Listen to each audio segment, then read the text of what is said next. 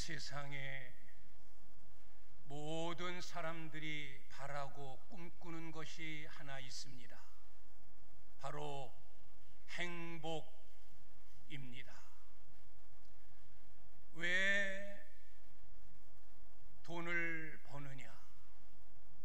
행복하려고. 왜 좋은 대학, 좋은 직장에 들어가려고 하느냐? 행복하기 위해서. 왜 결혼하느냐? 행복하기 위해서. 사람들이 열심히 살아가는 그 밑바탕에는 행복하기 위해서라는 공통점이 있습니다. 모든 사람들이 그토록 바라는 이 행복, 과연 어디에 있을까? 모든 사람들이 소망하는 이 행복, 과연 어디서 올까? 저는 오늘 설교의 제목을 행복은 어디에 있을까? 행복은 어디서 올까? 이렇게 정해보았습니다. 벨기에의 동화 중에 파랑새라는 동화가 있습니다. 여러분들 그 제목을 다 들어보셨을 것입니다. 노벨 문학상을 받은 아주 유명한 동화입니다. 그 내용의 줄거리는 이렇습니다.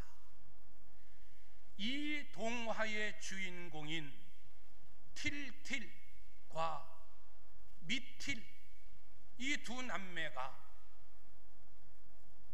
크리스마스 이브, 크리스마스 전날 밤에 꿈을 꿉니다.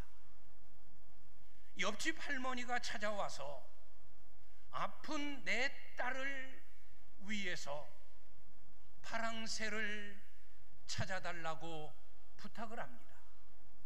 그 부탁을 받은 이 틸틸과 미틸 두 남매는 파랑새를 찾아 떠납니다.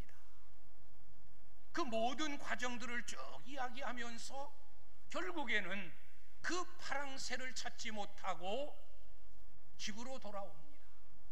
그리고 꿈에서 깨어납니다. 꿈에서 깨어 아침 일찍 일어나 보니 자기가 찾고 있던 파랑새가 자기가 기르던 새장 속에 있는 산비둘기였습니다. 산비둘기가 파랑새로 변하게 되어지고, 그래서 이 남매는 그 자기가 기르던 산비둘기, 변한 파랑새를 옆집 할머니에게 가져다 주고, 그로 인하여 그 할머니의 아픈 딸이 치료되어지고 회복되어지는 그런 과정의 이야기입니다. 이 파랑새라고 하는 이 동화에서 주는 교훈이 큰 두 가지의 교훈이 있습니다.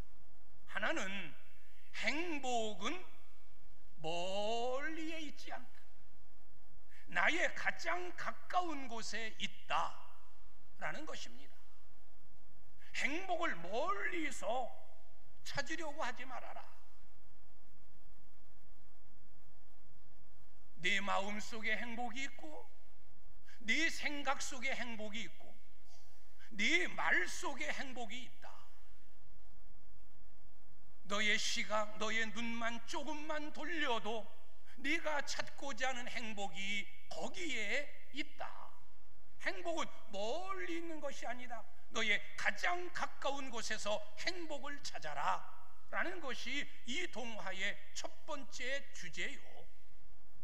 두 번째 주는 교훈은 나눔과 베품입니다. 행복을 어디서 찾느냐? 나눌 때, 베풀 때 행복이 있다.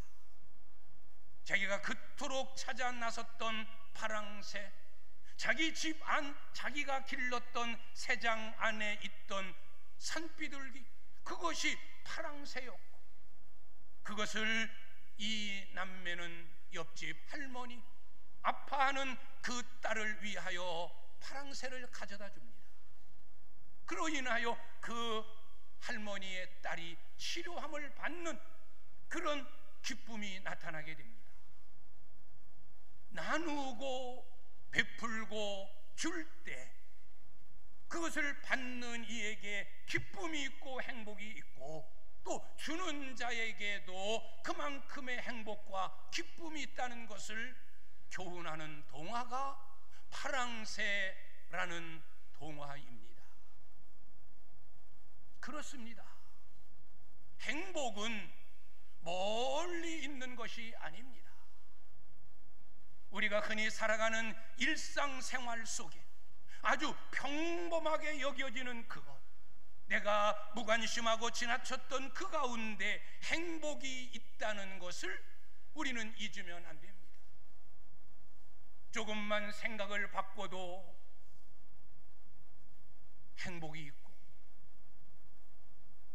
조금만 눈길을 돌려도 그곳에 행복이 있고, 내가 어떤 마음을 갖느냐, 어떤 생각을 품느냐, 어떤 말을 하느냐, 어떻게 살아가느냐에 따라서 행복할 수도 있고 불행할 수도 있고, 똑같은 여건, 똑같은 환경이지만 우리의 생각 여하에 따라, 내가 말하는 말의 여부에 따라, 내 마음에 품은 의지에 따라 행복이 있을 수도 있고 불행이 있을 수도 있습니다.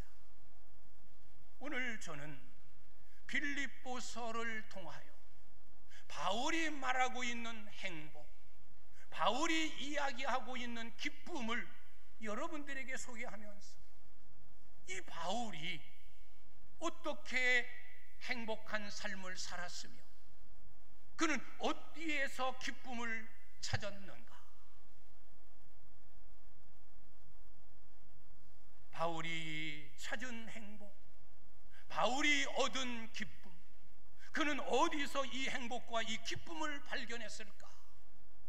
세 가지로 나누어 말씀을 전하면서 행복은 여기에 있습니다, 행복이 이것입니다, 이곳에 행복이 있습니다, 여기서 행복을 찾으십시오라는 주제의 말씀을 전하면서 함께 하나님의 음성을 듣는 시간을 갖습니다.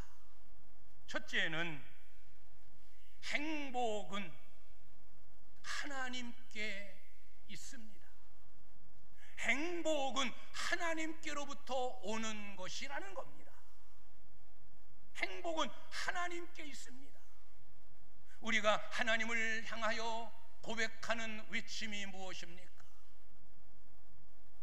모든 복의 근원이신 하나님이라고 고백합니다. 모든 복은, 모든 은혜는 하나님께로부터 오는 겁니다.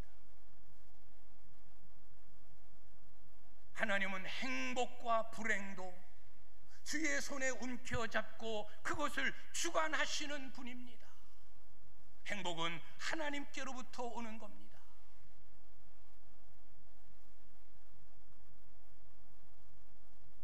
바울이 쓴 빌립보서, 이 빌립보서는 옥중 서신입니다. 에베소서, 골로새서, 빌레몬서와 함께 이 빌립보서는 옥중에서 쓴 편지예요. 이 빌립보서의 주제는 기쁨이에요. 기쁨의 서신이 빌립보서입니다. 여러분 한번 생각해 보십시오. 아니, 바울이 지금 옥중에 있습니다. 언제 죽을지 모르는 절체절명의 순간에 처해져 있습니다. 그런 가운데서 이 바울은 옥 밖에 세상 속에서 살아가고 있는 성도들을 향해서 기뻐하라, 내가 다시 말한다, 기뻐하라, 얘들아 기뻐해라, 내가 부탁한다, 기뻐해라. 옥중에 있는 바울이 무엇이 기뻐서, 무엇이 행복하다고 그렇게 기쁨을 강조할까? 빌립보서 1장부터 4장 짧은 장입니다. 그런데 이 빌립보서 1장부터 4장까지 기쁨에 연관된 단어가 무려 18번 반복되고 있습니다.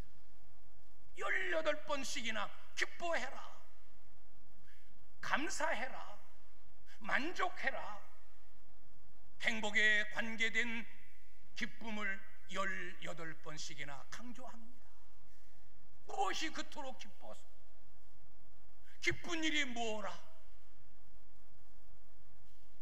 인간적으로 볼 때 바울은 예수님 때문에 인생 망친 자입니다.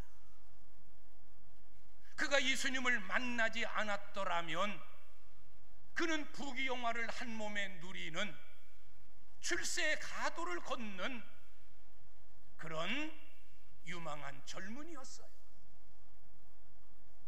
지식적으로나 가문으로나 학벌로나 어떤 면에서든지 남에게 뒤지지 않는 그런 최고의 위치에 있던 바울, 더더구나 그는 로마의 시민권을 가진 어느 누구도 함부로 대할 수 없는, 나는 새도 떨어뜨릴 수 있는 그런 권세를 가진 자가 바울이에요. 예수를 만나지 않았다면 그는 세상 속에서 최고의 자리, 최고의 위치에 거했을 그였는데, 그리스도인들을 핍박하고 그리스도인들을 잡으려고 다메섹으로 가는 도중에 예수님을 만나고 거기서 예수님의 음성을 듣고 거기서 예수님의 부르심을 받고 그곳에서 예수님께 붙잡힌 종이 되고 맙니다. 그때부터 바울에게 임한 것은 고난이었어요. 고린도 후서 11장에서 바울이 자신이 당한 고난을 이렇게 표현합니다.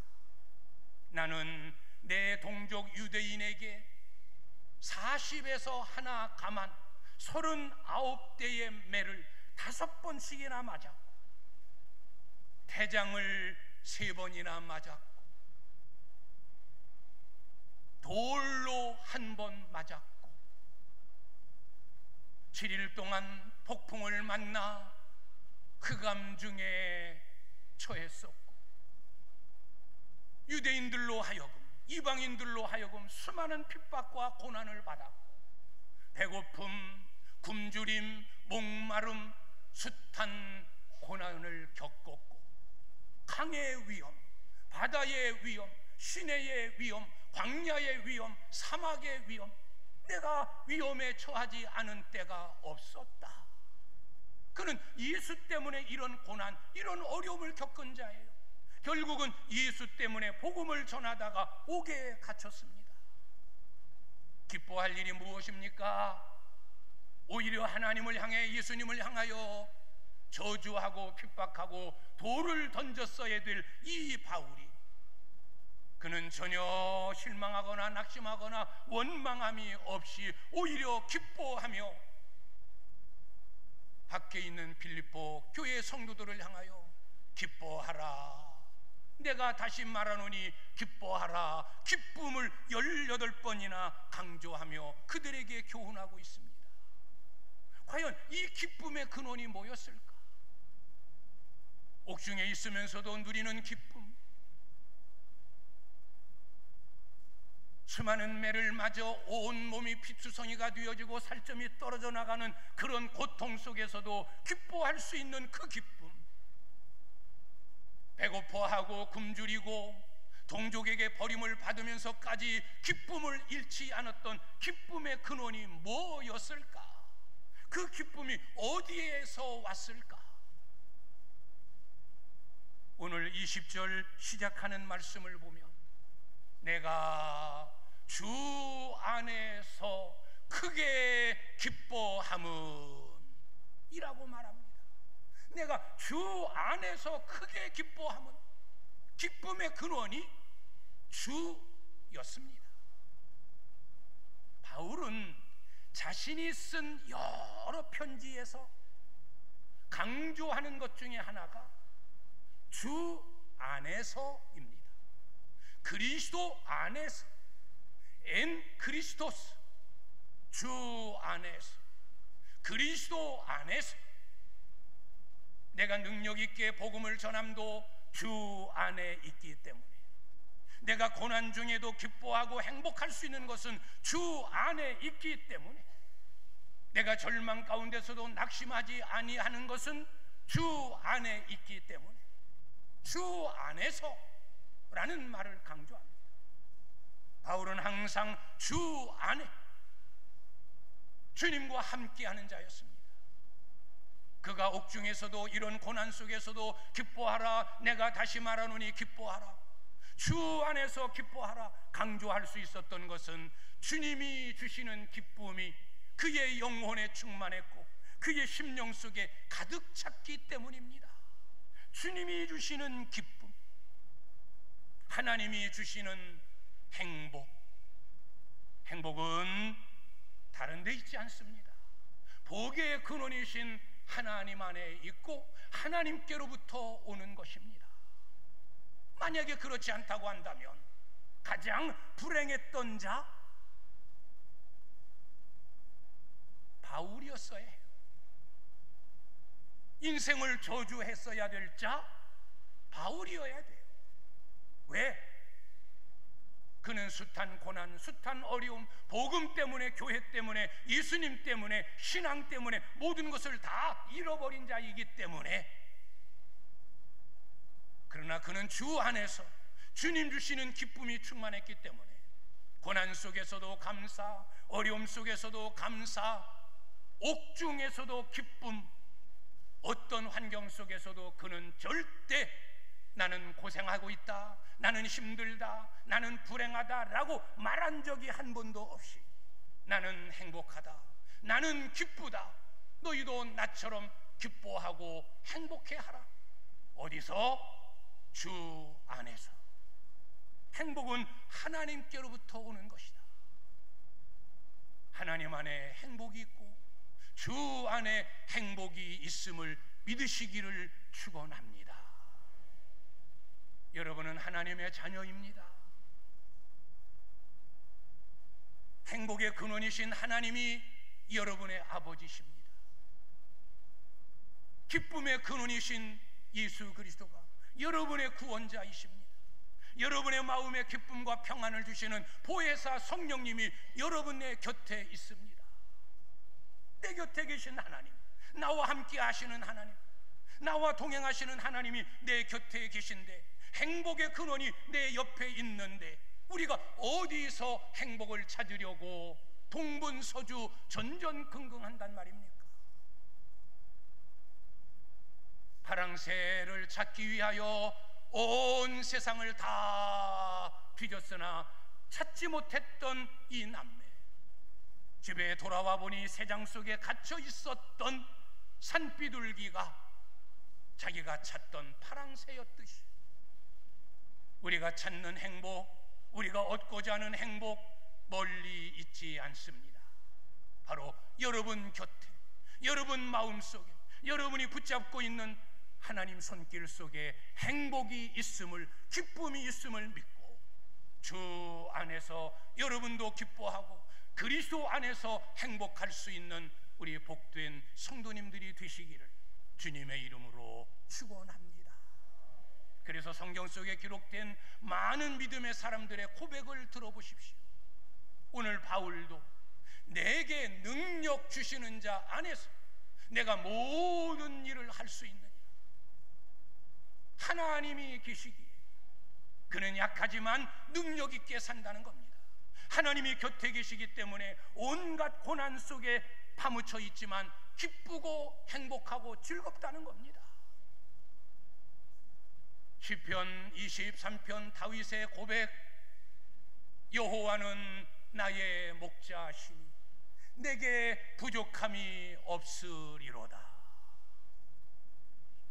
하나님을 목자로 모시고 사는 사람, 부족함이 없는 행복을 경험할 수 있다는 겁니다.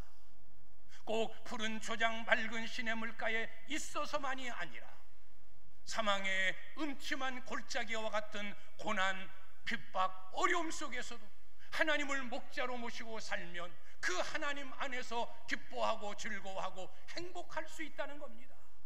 여호와는 나의 목자이시니 내게 부족함이 없으리로다. 하박국 선지자의 고백. 비록 무화과 나무가 무성하지 못하며 포도나무에 열매가 없으며 감람나무에 소출이 없고 밭에 먹을거리가 없지만 외양간에 소도 없고 우리의 양도 없지만 나는 내 하나님 여호와로 인하여 기뻐하고 내 구원의 하나님으로 인하여 즐거워하리로다 라고 하박국 선지자도 아무것도 없는 절망, 이제는 전쟁의 위기, 그런 가운데서도 나는 하나님 때문에 기쁘다, 내 구원의 하나님으로 인하여 나는 즐거워한다. 행복의 근원을, 기쁨의 근원을 하나님에게서 찾았습니다. 초대교회의 많은 믿음의 사람들, 예수 때문에 순교하면서도 그는 주님을 부정하거나 부인하거나 주님을 배반하지 않았습니다. 왜?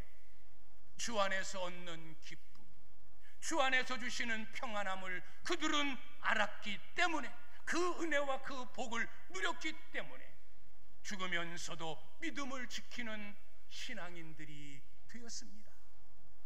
행복 어디에 있을까? 행복 어디서 올까?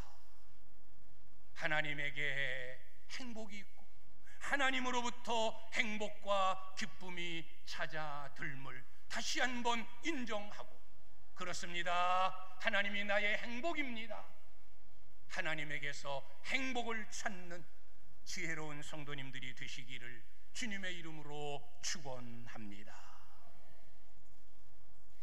두 번째로는 행복은 자족하는 마음에 있습니다. 오늘 11절 말씀, 나는 어떠한 형편에서든지 자족하기를 배웠다. 자족이 무엇입니까? 만족하는 거예요. 만족하는 마음, 그게 자족이에요.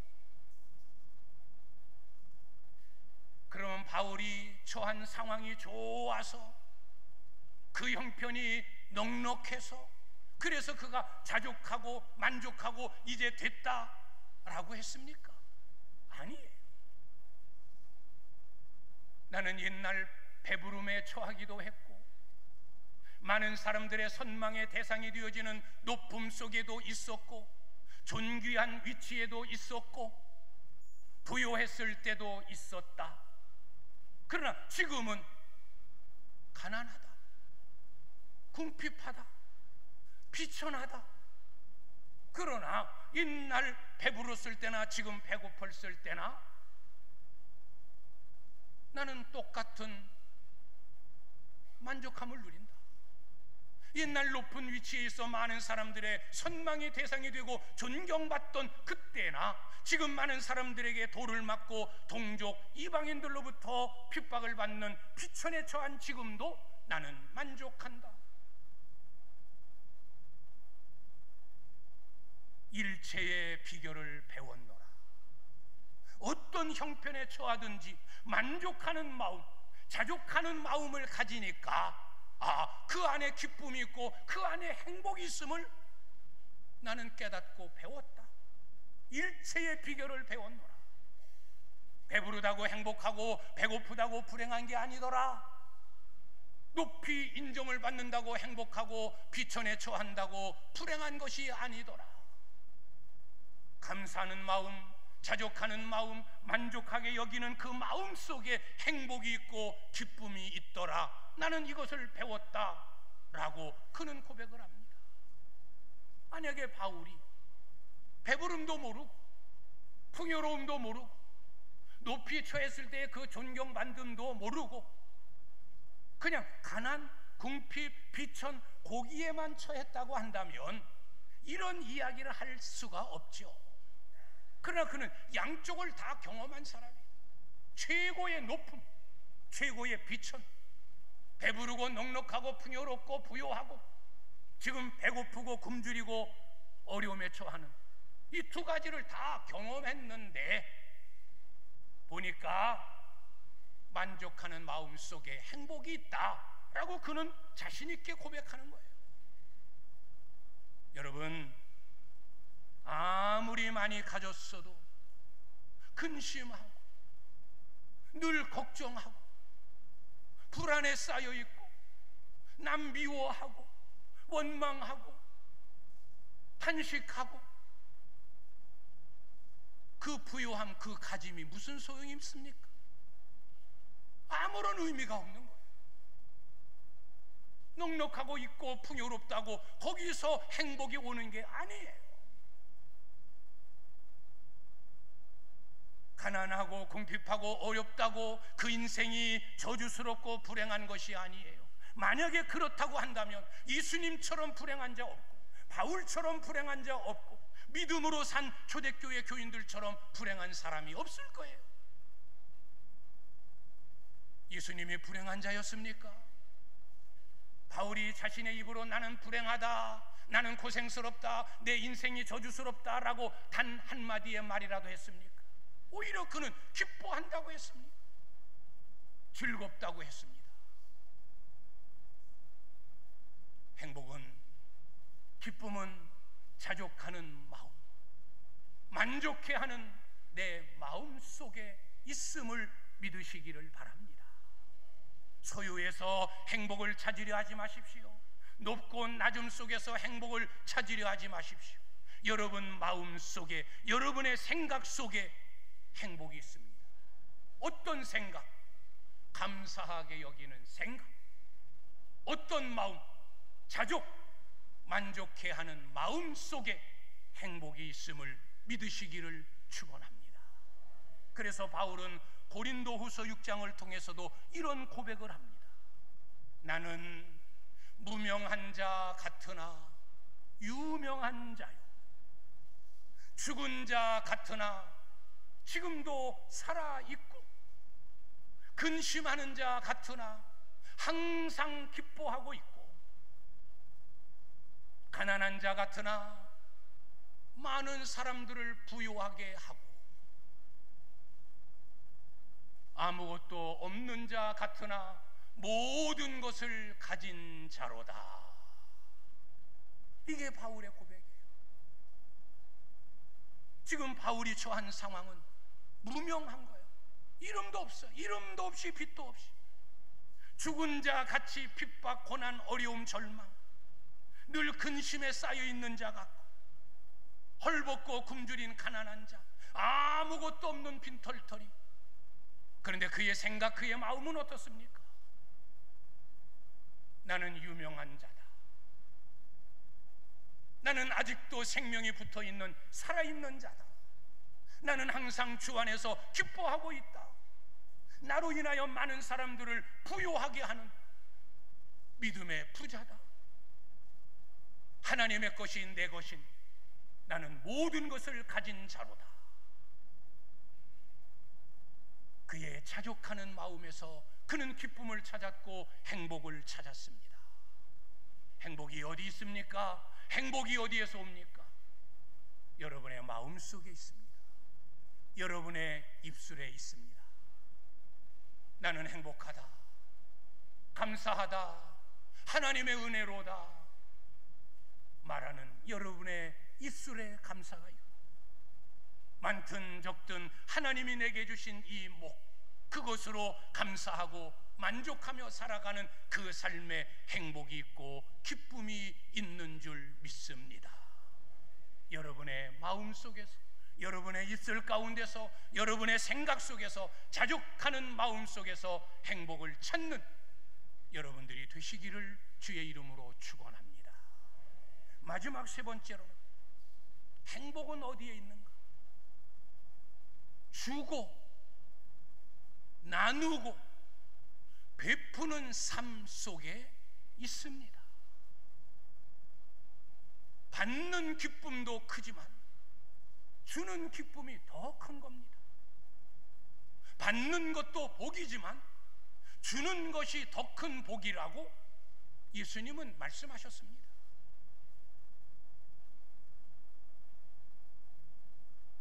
나누지 못하고 베풀지 못하는 부자, 과연 부자일까요?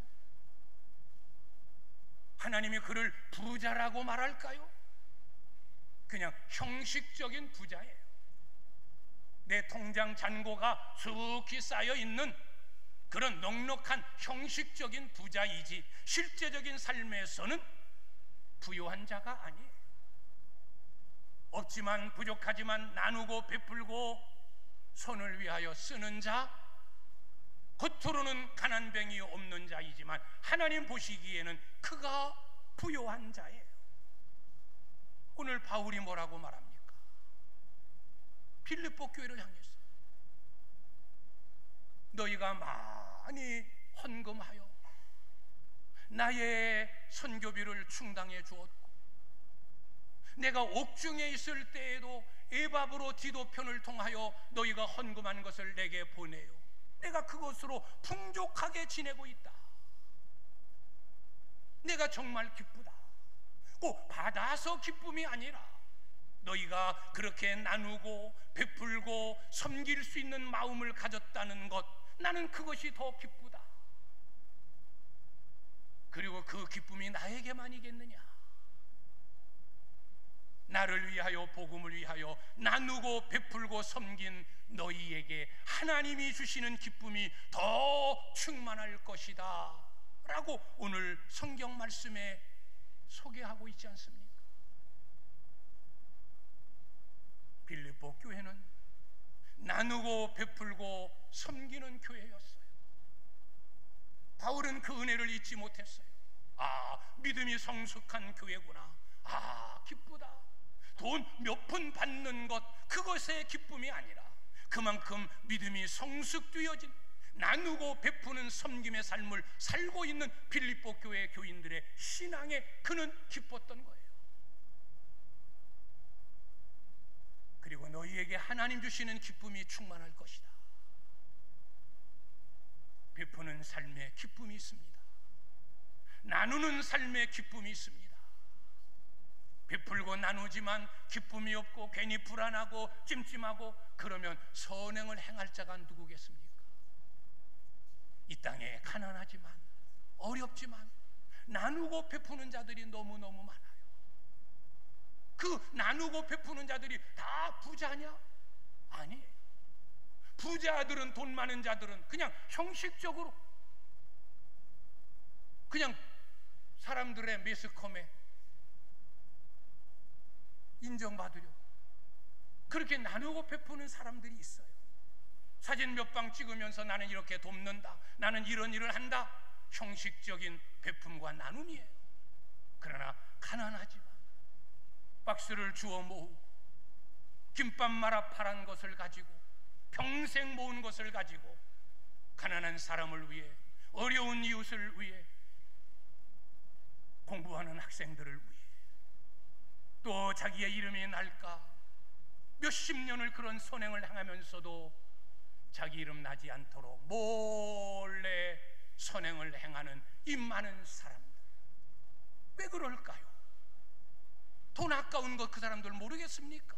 그러나 거기에 기쁨이 있고 거기에 삶의 행복이 있음을 그들은 이미 터득하고 깨달았기 때문에